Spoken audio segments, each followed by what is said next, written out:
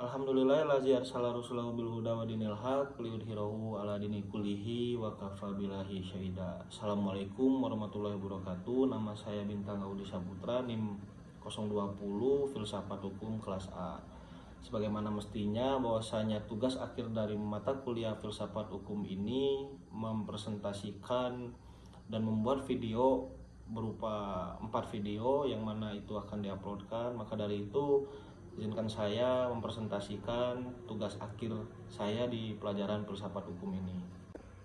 Baik, di video yang pertama yaitu mengenai paksaan hukum dan kebebasan. Langsung saja, paksaan merupakan suatu praktik memaksa pihak lain untuk berperilaku secara spontan, baik melalui aksi atau tidak bertindak dengan menggunakan ancaman, imbalan atau intimidasi atau bentuk dari tekanan atau daya.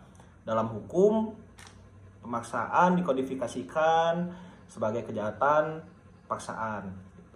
Nah, sebenarnya macam-macam dari paksaan ini sangatlah banyak, tetapi saya ingin menjelaskan suatu paksaan dengan contoh yang mana beberapa tahun kita itu mengalami dan efeknya mungkin sampai saat ini masih bergetar, yaitu yang mana Indonesia ini dihadapkan dengan wabah COVID-19 beberapa tahun kebelakang, di mana di saat wabah itu kita secara sadar ataupun tidak sadar seakan-akan dipaksa untuk beradaptasi menyambut revolusi industri 5.0 yang mana mendekatkan diri kepada suatu teknologi gitu.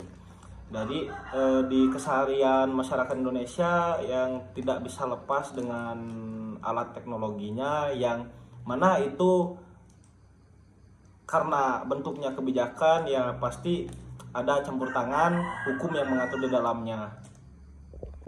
Nah, di dalam KUHP dikenal istilah daya paksa. Kata daya paksa ini adalah salinan kata dari Belanda yaitu overmatch, yang artinya suatu keadaan, kejadian yang tidak dapat dihindari dan terjadi di luar kekuasaan manusia.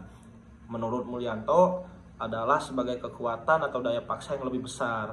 Daya paksa dalam hukum pidana diatur dalam pasal 48 KUHP yang menyatakan barang siapa melakukan perbuatan karena pengaruh daya paksa tidak dapat dipidana. Dari bunyi pasal tersebut dipakai istilah paksaan, sedangkan di dalam pasal-pasal itu sendiri tidak memberikan penjelasan apa yang dimaksud dengan paksaan tersebut.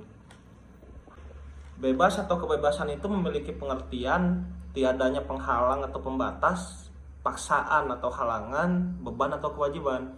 Dengan demikian, kebebasan menjadi hakikat fundamental dari setiap hidup manusia. Sebagai hakikat yang fundamental, kebebasan itu memberikan ruang kepada manusia untuk menentukan pilihannya, dengan syarat adanya faktor-faktor objektif yang menjamin berlangsungnya mekanisme kebebasan tersebut. Kebebasan merupakan unsur penting dalam norma moral. Hal ini sangat esensial mengingat norma moral itu adalah yang otonom, jadi selalu ada pilihan gitu. Nah, tapi yang ditekankan di sini lagi-lagi dengan syarat adanya faktor-faktor objektif yang menjamin berlangsungnya mekanisme kebebasan tersebut. Maka di Indonesia ini sebenarnya belum bisa menjamin hak-hak kebebasan, walaupun hak-hak kebebasan itu sudah diatur di dalam konstitusi kita.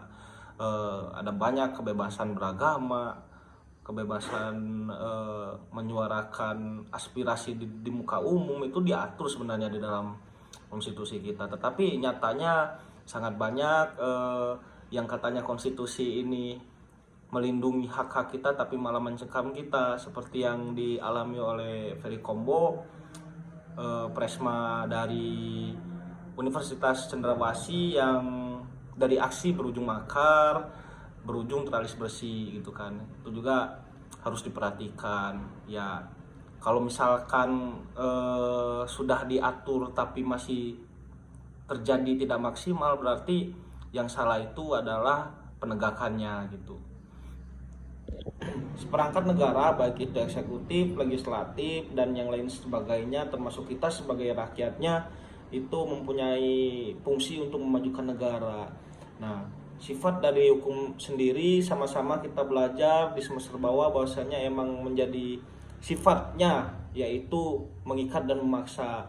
Maka dari itu bagaimana caranya kita memilih dengan sebenar-benarnya orang yang pantas, orang yang mempunyai skill untuk menempati ruang-ruang di dalam kebijakan.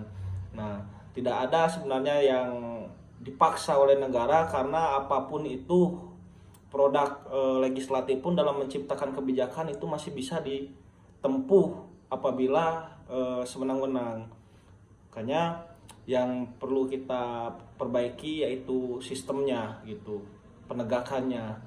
Baik, mungkin itu saja yang bisa saya sampaikan terkait paksaan hukum dan kebebasan. Kurang lebihnya saya mohon maaf. Akhirul kalam, wassalamualaikum warahmatullahi wabarakatuh.